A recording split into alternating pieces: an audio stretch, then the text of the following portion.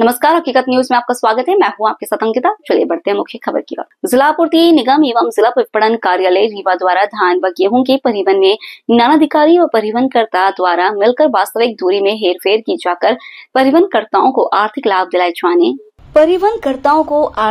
दिलाए जाने एवं धान गेहूं परिवहन के भुगतान में अनियमितता की गयी।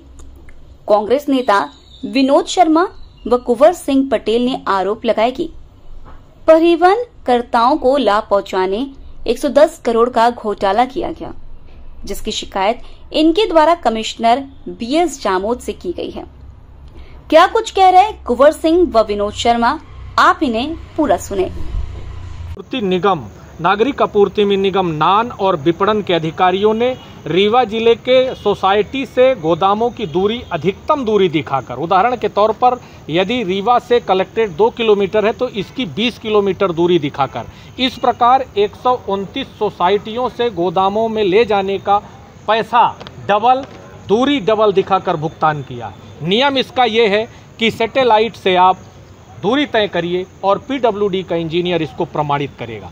एक, इन्होंने दूरी दिखाकर भुगतान किया। दूसरा, 2014 से 2022 के बीच उन्हीं ठेकेदारों को, जबकि वो ठेकेदार ब्लैक लिस्टेड थे, इसके बाद रिपीट करके उन्हीं ठेकेदारों को, उन्हीं ट्रांसपोर्टरों को इन्होंने पैसा भुगतान किया।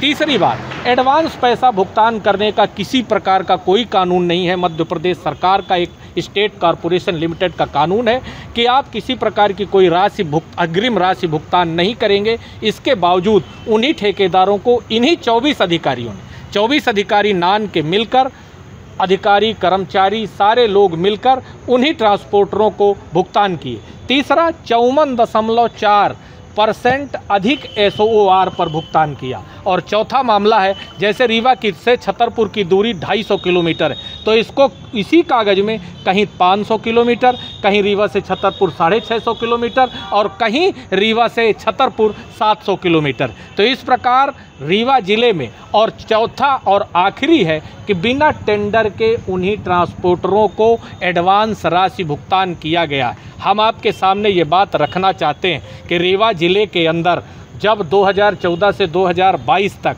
उन्हीं ट्रांसपोर्टरों को, वही अधिकारी, ब्लैक लिस्ट अधिकारियों को, ब्लैक लिस्ट ट्रांसपोर्टरों को आप भुगतान कर रहे थे, तब आपने कार्यवाही क्यों नहीं की। श्रीमती इला तिवारी अपर कलेक्टर थीं, उनके नेतृत्व में 8 अधिकारियों का पैनल बनाया गया। इला तिवारी जी का ट्रांसफ़र हो गया तो शैलेंद्र सिंह जी अपर कलेक्टर ने इस रिपोर्ट को सबमिट किया। 1 वर्ष से ज़्यादा कलेक्टर के पास ये रिपोर्ट पड़ी है। 110 करोड़ जनता के पैसे का हिसाब कहाँ गया और इसको खाया कौन? जब वही ट्रांसपोर्टर हैं, वही मिलर हैं, वही अधिकारी हैं, तो जिम्मेदारी कौन लेगा? क्या जनता के पैसे को इसी प्रकार उड़ा जाएगा? हम लोग ये बात लेकर कमिश्नर साहब के पास आए थे। अब बाकी बात हमारे नेता विनोद शर्मा जी बताएंगे। हाँ विनोद जी, क्या है पूरा बताइए। देखिए, नान विभाग में एक ऐसा घोटाला रीवा में ऐसा लगने लगा है कि न यहाँ कोई कानून है और न यहाँ कोई नियम है। अंधेर नगरी चौपट राजा, टके शेर भाजी, टके शेर खाजा। नियम कौन बना रहा, नियम किसके द्वारा चल रहे हैं, कहीं कोई वो नहीं। ये जो रिपोर्ट है, ये रिपोर्ट नागरिक आपूर्ति निगम जिला एवं विपणन कार्यालय जिला रीवा का जांच प्रतिवेदन है। यह विनोद शर्मा का इल्ज़ाम नहीं, विनोद शर्मा का आरोप नहीं है। इला तिवारी रीवा के अपर कलेक्टर थी, उनके नेतृत्व में 8 सदस्यीय टीम ने यह पूरी रिपोर्ट 1 साल में बनाई। इला कलेक्टर का ट्रांसफ़र हो गया तो बाद में शैलेंद्र सिंह जी अपर कलेक्टर बने। उन्होंने ये रिपोर्ट बनाई और उन्होंने पाया कि 24 अधिकारी मिलके रीवा की जनता का खाद्यान्न का 110 करोड़ का घोटाला किया। कितने का घोटाला? 110 करोड़ का। मैं साफ शब्दों में कहना चाहता हूँ कि ऐसा कोई विभाग नहीं बचा, ऐसा कोई विभाग नहीं जिसको राजेंद्र शुक्ला ने डसा नहीं। आप जहां देखो, जिधर देखो, राजेंद्र शुक्ला की छत्र छाया, और राजेंद्र शुक्ला की छत्र छाया, उनका ऊपर संरक्षण। कलेक्टर के पास ये रिपोर्ट कलेक्टर के पास है। आप जाइए पूछिए कलेक्टर ने इसको, इस रिपोर्ट में क्या किया। इन अधिकारी जो साफ साफ है कि बिना टेंडर के हो गए।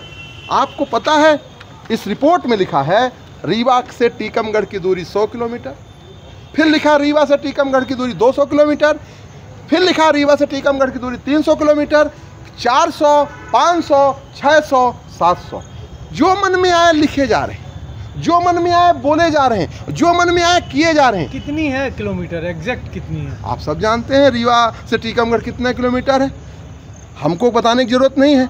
बात सिर्फ ये है कि भ्रष्टाचार कैसे है। यदि यहाँ से कलेक्ट्रेट की दूरी 500 मीटर है तो ये लोग लिख रहे हैं कि कमिश्नरी ऑफिस से 500 किलोमीटर, 50 किलोमीटर।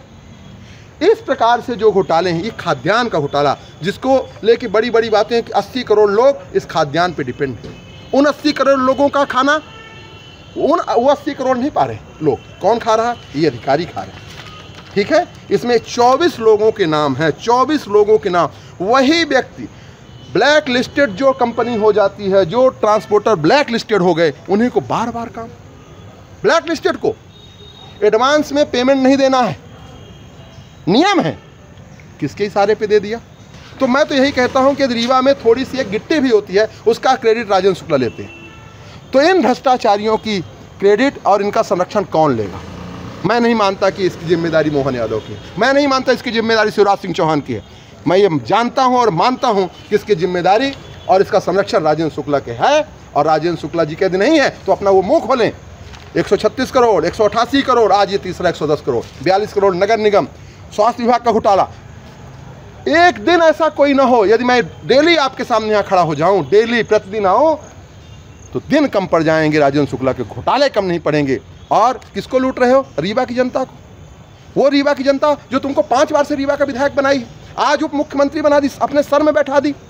तो आज जिसने आपको सर में बैठाया उसको आप इस तरह से लूट रहे हो, इसका हिसाब रीवा की जनता लेगी। रीवा की जनता मूर्ख नहीं है। रीवा की जनता को पता नहीं था कि तुम इतने बड़े घोटालेबाज हो।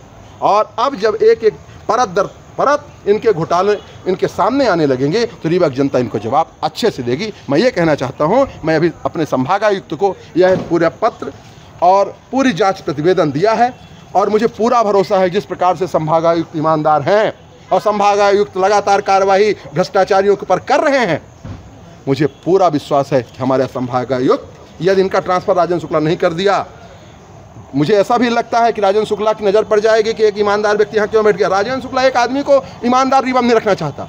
यदि ये कमिश्नर रह गए तो मैं आपसे वादा करता हूँ, आप देखना ये भ्रष्टाचारी